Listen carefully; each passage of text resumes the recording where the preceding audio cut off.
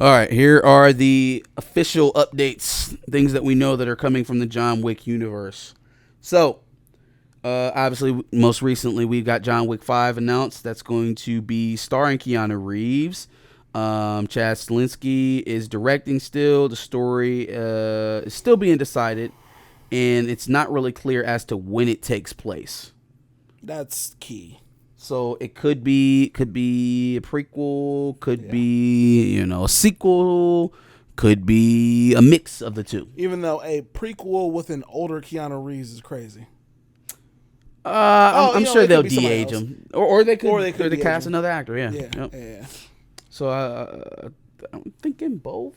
Maybe they surprise you with them coming back to life somehow. I don't know. It seems pretty emotional in John Wick 4. I thought that was a pretty good ending, but we'll see how they do it. Yeah. We got Ballerina coming up. Yeah, that's coming out this summer. Which the trailers don't look for great. A sequel if it's successful. Okay, so they're already talking sequel for Ballerina. Of course they are. John Wick is in that movie, and it is a prequel. This is before John Wick 4. Okay, yeah. Kane, the Kane spinoff with Donnie Yen. He's going to star and direct. You don't remember the blind dude? Kane from Power Book 2 Ghost? No, Negro Kane, the blind Asian dude with the stick from John Wick 4. From John Wick 4. Oh, yes. Okay, got it. Donnie Yen. Got it. We've got Chad Stahelski's John Wick Under the High Table. Sounds very interesting. Wait, hold that thought. Yes, Kane, a spinoff of Kane would be fire. All right, dope, sorry. right? What was that? This is the Under the High Table. It won't star John Wick. Takes place after John Wick 4. Okay. Follows all new characters. Brand new set. The people who are in the high table, I would assume? Sure. Or probably new recruits to the High Table, new assassins. Could be. Okay, makes sense. John Wick animated prequel film. Okay. Keanu Reeves will voice John Wick. Follows him killing his rivals in one night and winning his freedom. So this is probably what that sets up where he earned that marker. Or not earn that marker. What he did, he did the job for the dude whose son who killed his dog. Yeah. So I gave him an impossible task. One that no one could complete. You know what I'm saying? And he got that shit done in one night. As an animated film, this shit gonna go hard. I'm literally sitting here and I'm like, everything I'm hearing sounds amazing. Like ding, ding, ding. Everything ding. sounds amazing. And then the John Wick video game. Do it all. Looking to make a big budget AAA game. Do it all. I want it now. Yeah, I don't see a miss on the list. I don't hear a miss at all. Yeah. Right. Even if we didn't get everything on this list for some reason, which I think John Wick 5, Ballerina, those are pretty much dead set. Yeah. The rest of that stuff we'll see. But even if we just got those take three, time to make it anyway. So like, yeah. I mean, even if you announce too much and you give me some of those things, give me the game first of all. But yeah, I'm down with all that. Mario Kart World is retailing at $80. Yeah. Which is insane for a digital version, or for any version, honestly. But for a digital version of a Switch, keep trying to get these video games at higher prices. It's fucking insane. And then not just that, the Switch before tariffs. Now this is before Liberation Day. We are liberating you from your wallets. We're liberating you from your savings and from your investments. We're going to liberate it all. Our country is going to be so great. We're going to liberate you with all our tariffs. And so before Liberation Day, right? The damn thing, the Switch 2 was retailing at $450. Mm-hmm. Yep. That was before they knew that they're going to have to pay 20% tariffs here and 36% tariffs here and 47% tariffs there or what have you. Mm-hmm. Right?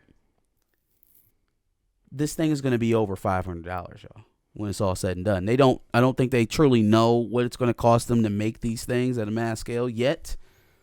But if they were retailing $450 before the tariffs, we're going to be well over $500 for a Nintendo Switch, which is supposed to be secondary or at least a step underneath the main. Yeah, it's a supplemental console to the main two, the Xbox and the PlayStation. Yeah, like I'm not doing my main gaming on a Switch. I'm doing there's that on a PlayStation. No way There's absolutely no.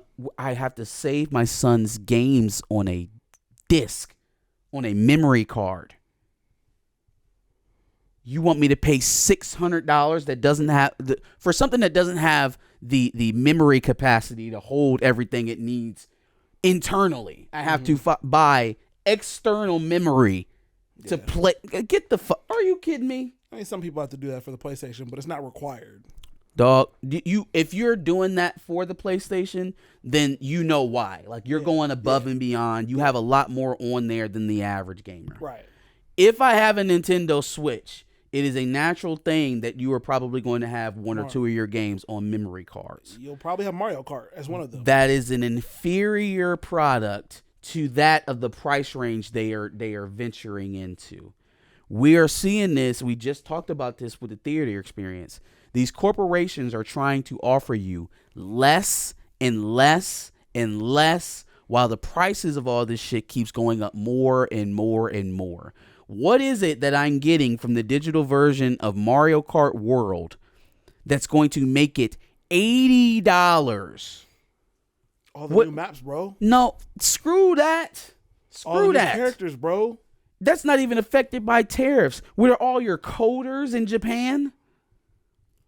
Like, what are these games that we're playing, man? And it's like they do it at a rate that they're convinced that people will never stop buying.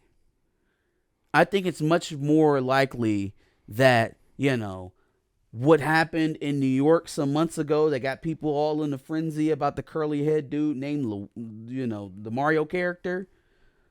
That's more likely to end up being more of a common thing than people dying to buy Mario Kart World, going hungry so that they got a $500 Switch connected to the TV. Yeah, no, I was definitely looking forward to the Switch 2 when it was announced because, again, I don't have a Switch, but I kind of want to play Mario Kart, and I was like, all it's right, fun. Yeah, I'm ready. I'm ready to have the supplemental console to my PlayStation, but if it's gonna be that much, so are they kicking out like this is the first. This is this is only the second version, so I can't imagine that they're not. That they're going to be backing it out like cross-platform. So like you can't play with Switch 2 players or anything like that. I don't think. I think they mentioned that some of the games are going to be backwards compatible, so I don't see why. So like, this is a hard sell, man. It might be worth it for me to just get a regular Switch. So, at least for the time being, and then I won't have to deal with any of the bugs and all that. But yeah, I don't know. I'm not. I thought I was happy about the Switch 2, but the price point just doesn't really make sense it's for me. Insane. Okay. Yeah, GTA 6 about to be 100. I'm gonna be honest. They can have that. They can have it. Okay. Where's my Red Dead Redemption? It'll come afterwards. Actually, no. They're gonna make Bully 2, and then they'll make Red Dead Redemption. Fuck the Bully. Nah, bro. Who is checking for the Bully? Yeah, no. GTA 6. If GTA 6 is $100, it's a slippery slope. But that would probably be. Well, no. Video games have been $100 before. They just usually come with more shit. So I guess I shouldn't feel that bad about $100. Like the 2K version, they've got a $70 version and a $100 version. Oh. We've got a story about my man Victor. I do. He's going to be in House of the Dragon. Now that I've been murdered in force, I can go back to House of the Dragon and Game of Thrones. Disgusting. Yeah, I wonder who he's going to be in House of the Dragon. He's going to be the same character. Obviously, he's going to be a first of all, Victor Flynn's descendant. He could be a Targaryen. He's most likely going to be a Targaryen of some sort. We got a lot more to introduce. So. But no, he's a good actor. I like to see him. He was good in Sons of Anarchy. He was decent in Force. Mm-hmm. Wherever he plays, I'm sure he'll do good.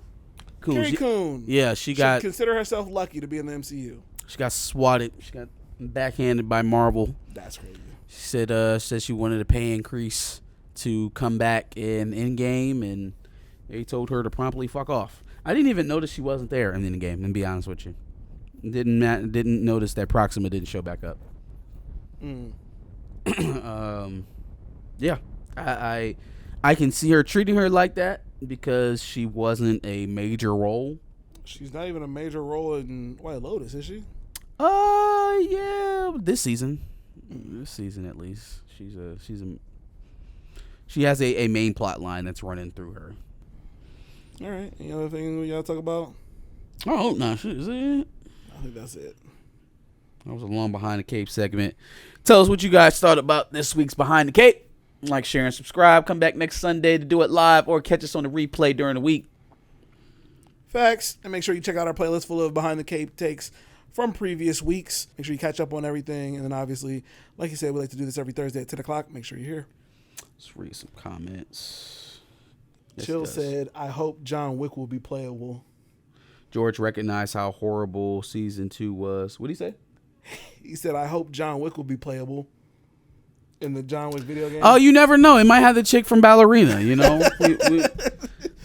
John Wick is a mantle, and the Baba Yaga is a mantle. Facts. And anybody can be the Baba Yaga, you know. You could end up being Halle Berry's character. It's really about embodying the spirit of Baba Yaga, you know, instead of the individual who is the Baba Yaga at the time. We all are Baba Yaga. Baba Yaga forever.